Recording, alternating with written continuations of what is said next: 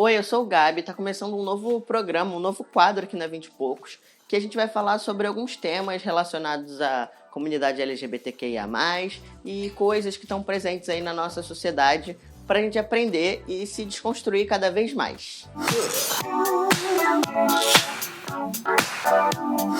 E hoje a gente vai falar sobre uma coisa chamada heteronormatividade. Eu tenho quase certeza que você já se deparou com essa palavra em algum lugar, seja na internet, na televisão, mas acho que principalmente na internet, nas redes sociais. E o que é essa tal palavra heteronormatividade?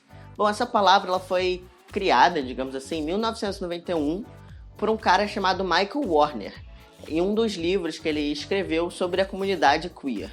O Michael criou essa palavra para que ele pudesse resumir o que estava acontecendo na sociedade naquele momento, que basicamente era a ideia bem definida de dois papéis de gênero, o de homem e mulher, e que esses dois papéis de gênero tinham que performar a heterossexualidade. Então a heteronormatividade, ela basicamente significava que a heterossexualidade era a norma vigente na sociedade. Mas hoje a gente pode entender a heteronormatividade quase como uma estrutura social mesmo, porque como eu falei, como ela determina papéis de gênero muito bem definidos, isso faz com que a gente espere uma série de comportamentos de homens e uma série de comportamentos de mulheres. Um desses comportamentos é a heterossexualidade. E dentro disso, a gente pode identificar várias outras coisas que acabam gerando problemas para a nossa sociedade, como o machismo e a LGBTQ-fobia. Hoje, a gente pode entender que a heteronormatividade ela acaba botando uma pressão no comportamento de homens e mulheres. O que isso significa? Isso significa, por exemplo, que homens têm que ser machões, durões, têm que desempenhar uma certa masculinidade e não podem gostar ou agir de uma forma que a gente não considera masculina. Por outro lado, as mulheres também passam por isso. Então elas têm que ser o exemplo perfeito daquela mulher feminina que se cuida, que está preocupada com a aparência, que sabe cuidar de um marido, que quer ter filhos, enfim, tudo isso que ficou preso nesses dois papéis de gênero. Mas uma coisa importante que a gente tem que ressaltar aqui é que a heteronormatividade ela não é uma coisa exclusiva de pessoas heterossexuais. É mais comum do que você pensa que a gente encontre casais homossexuais que performam a heteronormatividade. E como que isso acontece? Acaba que as pessoas que estão nessa relação, elas também ficam na cabeça que dentro daquele relacionamento elas têm papéis de gênero a ser cumpridos. Então acaba que um é visto como o homem da relação e a outra pessoa é vista como a mulher da relação. O que isso significa na prática? É que de repente um é mais masculino que o outro, um deles cuida mais da casa do que do outro, e existe essa pressão dos parceiros para que esses papéis se mantenham dessa forma. Também é muito comum a gente ouvir de homens gays que eles não se atraem por homens femininos, ou mulheres lésbicas que preferem mulheres mais masculinas. Isso tudo vem de uma ideia que está entranhado na nossa cabeça, que a gente tem que seguir conforme a heteronormatividade impõe pra gente. Um outro problema da heteronormatividade é que ela pressupõe que todo mundo é hétero. Então a gente sempre pressupõe que uma pessoa que está nascendo, que ela mal se desenvolveu, ela não conhece nada do mundo, ela vai ser hétero. E ela acaba sendo criada dessa forma. Como isso? Desde criança a gente é bombardeado com filmes, leituras, ou até exemplos mesmo dentro da escola que dizem pra gente que o normal é ser heterossexual. E se você não for heterossexual, né, se você tá fora disso, você com certeza vai se sentir estranho, esquisito, não pertencente àquele lugar. Então, desde que a gente é criança, a heteronormatividade ela desempenha um papel crucial na nossa vida.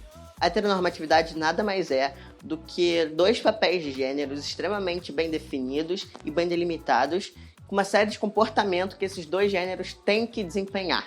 Isso é visto como norma, né? É quase como se quando a gente nasce, essa é a nossa configuração de fábrica. Isso é assim que é entendido, como se a gente nascesse heterossexual e depois a gente vira outra coisa. E a gente sabe que isso não é verdade. Uma coisa também muito problemática dessa heteronormatividade, e por isso que eu falo que é quase como uma estrutura social, é que ela exclui completamente qualquer outra orientação sexual e qualquer outra identidade de gênero, porque tudo foge da norma que ela impõe. Ah, Gabi, então você está falando que é errado você ser hétero? Não, mas não é porque você é hétero que você precisa incentivar a heteronormatividade, porque ela é danosa, inclusive, para você. A gente sabe que o machismo é um dos problemas mais graves da nossa sociedade. E ele está diretamente relacionado a isso. E aí eu te convido a fazer uma reflexão no seu local de trabalho. Como é que é a divisão entre homens e mulheres? Existe diversidade no seu local de trabalho? As mulheres têm os mesmos benefícios que os homens? São tratadas da mesma forma? E por que é importante a gente saber disso? É importante a gente reconhecer a estrutura social que a gente está inserido para que a gente consiga identificar esses problemas e pensar em soluções para como resolver isso ou como diminuir os impactos negativos que eles têm sobre a gente. Como plano de ação, o que eu sugiro, né? Primeiro que a gente vai deixar aqui na descrição alguns perfis para você conhecer mais sobre a heteronormatividade e ver como que isso prejudica muito a sua vida, talvez você nem saiba disso. E a segunda coisa é questionar um pouco os conteúdos que você consome no dia a dia, seja no entretenimento ou seja no seu trabalho. Vamos tentar evitar aquilo que a gente chama de masculinidade tóxica, por exemplo. Isso é muito comum no meio de homens trans, onde a gente tenta se afirmar como homem o tempo todo, que acaba exercendo essa masculinidade de uma forma tóxica, né? Passando de oprimido a opressor e reproduzindo esses comportamentos machistas que a gente sabe que só trazem coisa ruim para nossa vida. Bom, isso foi um apanhadão geral sobre a heteronormatividade. Espero que você tenha entendido. Agora, se você não entendeu e está com alguma dúvida, deixa aqui nos comentários, que a gente vai adorar conversar com você. Se teve alguma coisa que eu falei errado, também me corrija, porque é importante a gente abrir esse diálogo para que a gente aprenda e vocês também. E também deixa nos comentários os próximos temas que você queria que a gente falasse. Se teve alguma coisa nesse vídeo que eu falei que vocês acham que daria um outro vídeo, deixa aí nos comentários que a gente vai ler tudo. Não esquece de seguir a 20 e poucos nas redes sociais, tanto no Instagram quanto no YouTube. A gente tá com um monte de conteúdo lá, acho que você vai gostar muito. E até o próximo vídeo. Tchau!